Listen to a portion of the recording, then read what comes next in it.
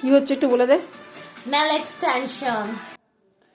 Good morning বন্ধুরা, আজকে তোমাদের সামনে আমি চলে আসলাম একটা ছোট্ট ব্লগ নিয়ে। আজকে আমি সকালের ব্রেকফাস্টে তৈরি করছি চাউমিন।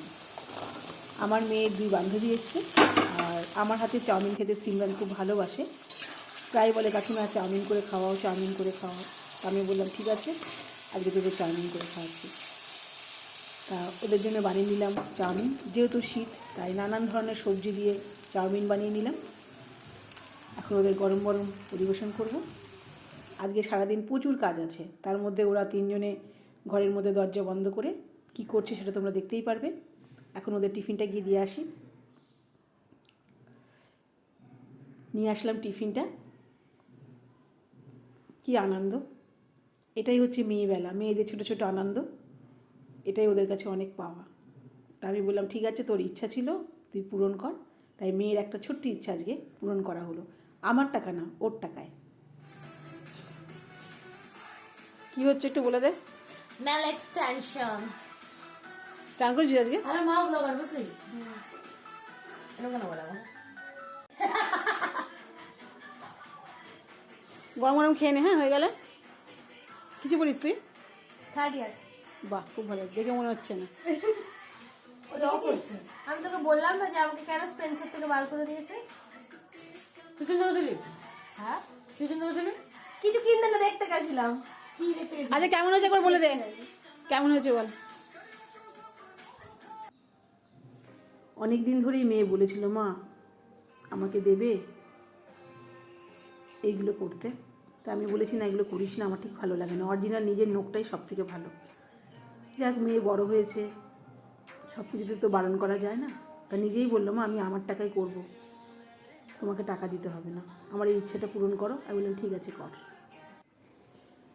খাও বাবা খাও। গুডলি উপরে এখন আসে না, কারণ গোল্লাকে কামড়ে দিয়েছিল তো, তারপর থেকে ওকে উপরে উঠতে দেওয়া হয় না। তা এখনও গোল্লাকে কামড়ায় না। গোল্লাকে খেতে দিয়েছি, ওই খাবার ছিল ওখান থেকে এখন ও খাচ্ছে। আর ওদের রান্না হয়ে গেছে, গুটলির বাচ্চাদের সব রান্না হয়ে গেছে। আমি এখন ওদেরকে খেতে দেবো এমনিতেও ডেকে। তাও গুডলি একটুখানি সুযোগ পেয়েছে, উপরে এসছে, এসে গোল্লার ক্যাটফুড ছিল, ক্যাটফুডগুলো খাচ্ছে। আমাকে দেখে ভয় পেলো, ভেবেছে আমি বকবো, আমি বকিনি। খেয়ে না বাবা, এটা এটা গোল্লার ক্যাটফুড, তুমি খেয়ে নাও। তোমাদেরকেও তো আমি ক্যাটফুড খেতে দিই বাবা। তাও গোল্লার বাটি থেকে খাচ্ছে। আস্তে আস্তে খাও, তো ভয় ভয় করে তাড়াতাড়ি করে খেতে হবে না। আস্তে আস্তে খাও, আস্তে আস্তে খেয়ে নাও বাবা। ওরা সবাই ভালোবাসা বোঝে, মানে পশুরা বোঝে। গুট্টু, গুট্টু, ভাত হয়ে গেছে, মাছ হয়ে গেছে সিদ্ধ, তুমি তোমার বাচ্চাদেরকে নিয়ে খেতে চলে আসো। হ্যাঁ বাবা, কি শুধু চারিদিকে চেটে চেটে খাচ্ছে, পরিষ্কার করে খাচ্ছে। গুটু এবার 4টে বাচ্চা দিয়েছে। অন্যবার গুটু যখন বাচ্চা দেয়, মানে একটা বাচ্চা বাঁচে, বাদ বাকি বাচ্চা বাঁচে না, বা এক এক সময় কোনো বাচ্চা খুঁজেই পাওয়া যায় না। ও যে কোথায় রেখে আসে ওই জানে। এইবার গুটুর প্রত্যেকটা বাচ্চা বেঁচেছে, আর প্রত্যেকটা বাচ্চা সুস্থ আছে, খুব ভালো। আমার সাথে মানে একই রকম হয়েছে।